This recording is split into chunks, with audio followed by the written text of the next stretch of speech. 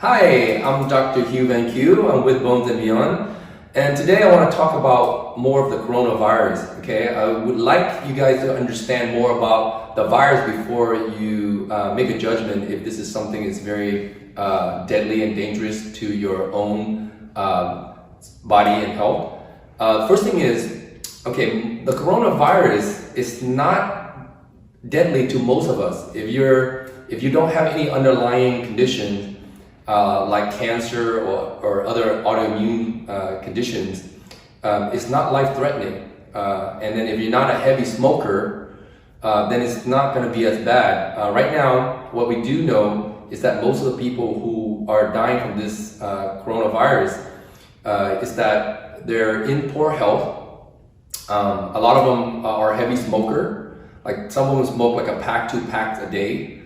And then also they're extremely thin. Okay, so now why is that important? Well, if you're thin, if you contract any kind of viruses, and let's say you can't sleep and you can't eat, then your body, how the body survives is it uses your muscle and fat to feed itself. So if you're super thin and you're unhealthy, then you have a less chance of surviving, not just with the coronavirus, but even with the common cold. So this coronavirus is not as deadly as people think for most of us.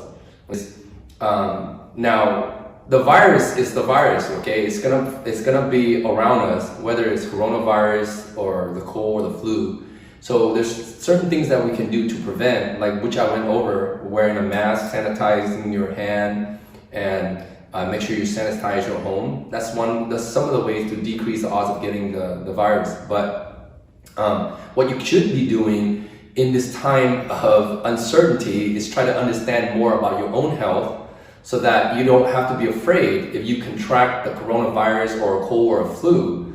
Okay, so what I would suggest is that, for example, if you have scoliosis, then focus on getting your scoliosis better, getting your body stronger, so that if you do in fact contract the virus, your body is going to heal itself. And I mean, it is a virus, right? So your body's going to create antibody to fight it off most of the time. Okay, now the only virus that will eventually kill you is HIV. You won't die right away, right? Your body takes time, and then over time it attacks the immune system, and then that's how people die from the HIV virus.